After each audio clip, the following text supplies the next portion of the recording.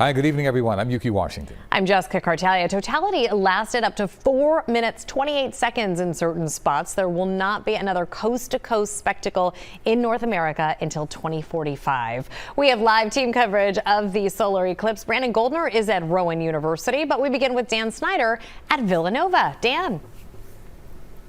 Hey, Yuki. Hey, Jess. Yeah, Meadow Green here at Villanova University. Pretty calm, pretty quiet right now. Just about an hour and a half ago, this lawn was packed with thousands of people all trying to catch a glimpse of that partial solar eclipse. The sun is out now. That wasn't always the case today, but people we talked with here at Villanova say this was an event that they could not miss. I've never seen this many people on Mendel Green before in my life. I feel it's like a primal event, you know? It's like, how many times in our lives can we really see an eclipse? Big crowds at Villanova University Monday with thousands of students looking to catch a glimpse of the partial solar eclipse. Some came prepared for this rare event. I brought this all the way from my dorm. It is worth it. I've been staked out here with the rest of some people from band. Villanova staff was also busy preparing Monday, handing out hundreds of eclipse glasses and planting telescopes at 3 viewing locations, hoping to give people the best chance to view this celestial dance. But Mother Nature threw viewers here a curveball. Does it usually have like that haze on it? The clouds are blowing by. Okay, so I see the clouds moving really fast. Why are they moving so fast? Those clouds would unfortunately stick around for most of the event. But folks at Nova were undeterred and still caught a few glimpses. I was actually on the observatory, and so I looked through the 2 telescopes we had up there, and then with the glasses, I was able to see, moon coming up. The eclipse meant many different things to people we talked with. For some, it was simply a rare, can't-miss moment. To others, it reminded them of time spent with family. I still remember in 2017 when I was just with my dad and we were viewing it together, but now, being so far from home, I still feel so close to the community and a lot of my friends and people just through viewing this event.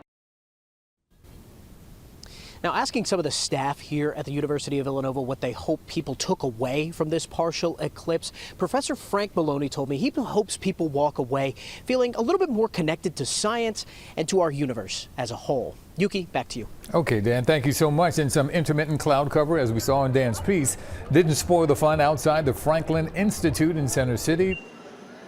No, I wasn't expecting this at all. This is nuts. It's a waiting game at the Franklin Institute. I'm like, wow, what, they giving out something free? Not free exactly, but necessary to take a peek at what Mother Nature was set to bring in a few hours. I want to see the actual, sun kind of blocked out as much as we can.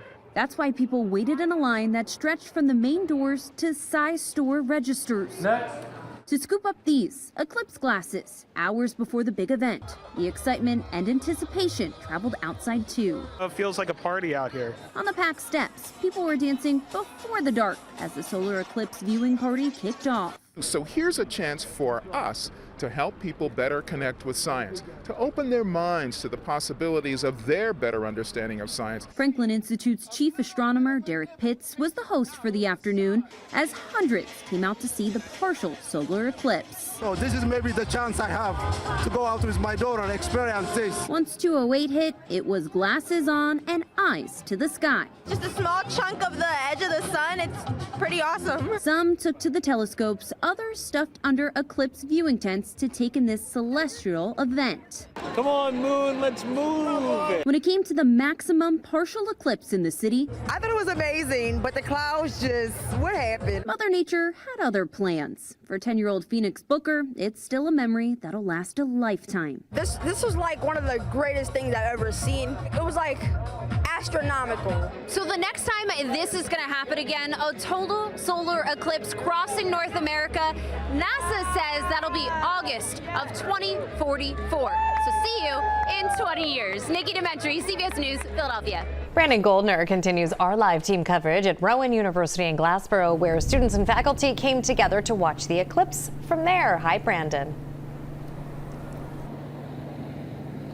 Hey, Jess. So there was a lot of excitement at Rowan University when it came to this solar eclipse. It's cleared out now, and even though there was cloud coverage beginning at 3 p.m. right when we were about to see that 90% coverage, students still had a good time.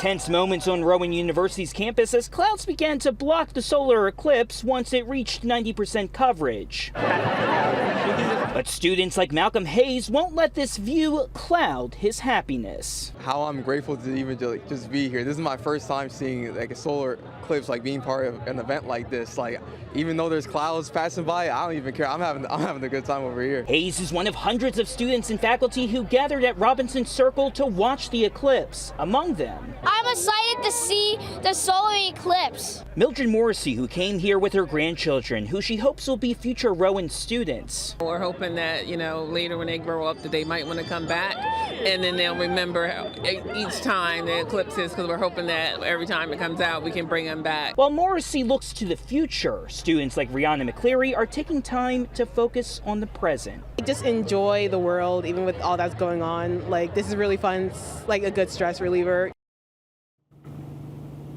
And we still have some cloudy coverage out here right now as the solar eclipse has wrapped up right now. There were also a lot of fun activities out here, including telescopes, science stations where they explained the science behind the eclipse, as well as solar eclipse glasses that everyone wore, those special solar eclipse glasses. Back to you, Yuki and Jess. Like these special solar eclipse glasses. All right, Brandon, thank you. There are amazing images from around the country of today's eclipse. Our coverage continues online at CBSPhiladelphia.com. Temple University College of Science and Technology captured these pictures of the eclipse. This was taken around 3:16 this afternoon. The clouds parted just enough to be able to get this incredible view a few minutes before 90% totality. Health reporter Stephanie Stahl spent the day at Temple where this was a huge event. Tell us about it, Steph. Well, Yuki and Jessica, now that the party is over, the skies have cleared here up on the roof at Temple Hospital. But let's take a look at the scene earlier today. The ophthalmology department had a viewing party. Doctors and students here to watch the eclipse, all safely outfitted with certified viewing glasses. Without them, doctors say the retina can be burned by the sun, causing vision damage. Take a listen. Are you worried that people are going to injure their eyes?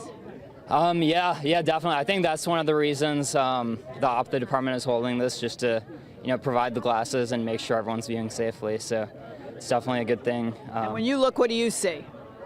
It's just amazing. What do you think about this viewing party? I think it's cool. It's a nice break in the day. Yeah. Give everybody a chance to see it. It almost looks like Pac-Man. It was incredible. It kept coming and going, but once it was up, using the glasses was definitely an incredible sight. I'm glad we all got to gather here and see it. Is this your first eclipse? Yeah, first time. And what do you think? It's unbelievable. It's actually just like, it's very much like shock and awe.